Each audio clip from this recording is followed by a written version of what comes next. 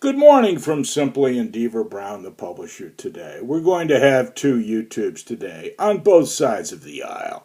The first one is on Trump, his undervalued foreign policy, is reported by Niall Ferguson, considered perhaps the finest historian and most balanced thinker in the United States today. Certainly, if not the top one of them. And the other is on Joe Biden, who is a conciliatory, well-liked, across-the-aisle candidate who is a healer, is a long-term Democrat, is a great listener. And I think the thing about Biden that's missed is of all the Democrats, he seems to be the only one that doesn't just have his transmitter on. He's listening. And he listens well. And a lot of people who I respect in the Democratic Party like him for that. They know with Joe they can talk to him. And they know with Joe he'll listen. He's not an ideologue. He's not a one-note guy.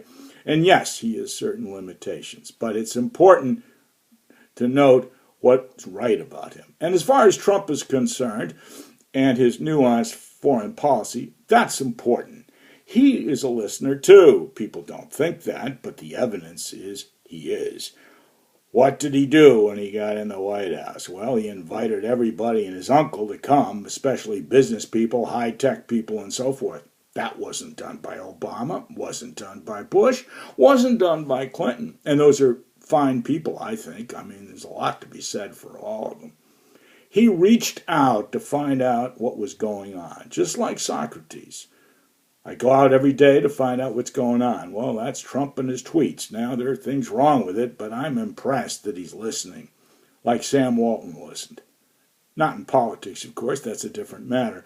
But the thing that's interesting about the linkage is when Niall Ferguson, and you should read this, you can tap into the Globe and get the link with Niall Ferguson, who's considered one of the best historians in America today, if not the best. And this isn't a tennis ladder, so I'm not trying to rate the best, the second best, but he's a good one. And he's open-minded, which I like about him. He takes all sides. He looks at both sides.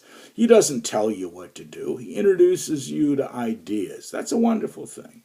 Anyway, when he's going after China, he knows that it's linkage, Henry Kissinger style, which means he's using what he has. And Trump's done that with Mexico. Now, the Democrats have objected to it, but the point is he got what he wanted. Mexico came around, and in the art of the deal, he gave them a lot. So now we're more tightly bound to Mexico. Don't forget, he did that with Guatemala too.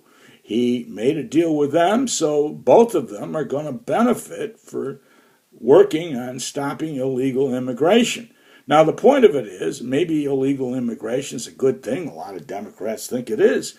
But the point is, if you don't think it is, this is a benign way to do it. So that's kind of good. As far as China's concerned, he's using his $400 billion of net sales that they get, that we don't, and we're the customer.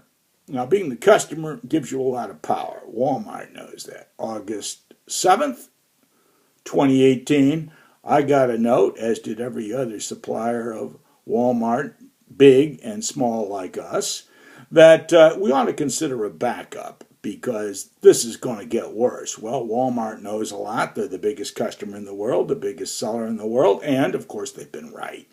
They're usually right. They're nuanced. They're willing to change their mind, but they certainly were right about this.